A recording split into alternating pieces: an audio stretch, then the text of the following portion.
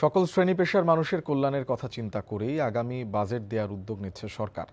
সকালে সচিবালয়ে প্রধানমন্ত্রীর সঙ্গে জাপানের বৃহৎ ট্রেডিং ও বিনিয়োগ প্রতিষ্ঠান মিৎসুই অ্যান্ড কোং এর প্রতিনিধি দলের বৈঠক শেষে একথা জানান অর্থমন্ত্রী আমির খসরু মাহমুদ চৌধুরী।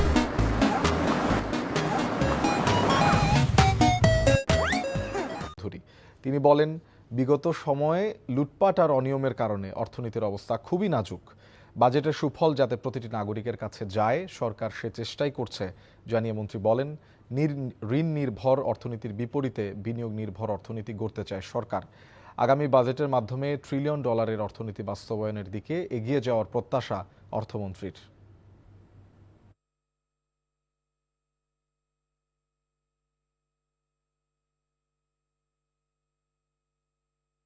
এই দেশের প্রত্যেকটি নাগরিককে মাথায় রেখে বাজেট দেওয়া হচ্ছে ইনশাআল্লাহ।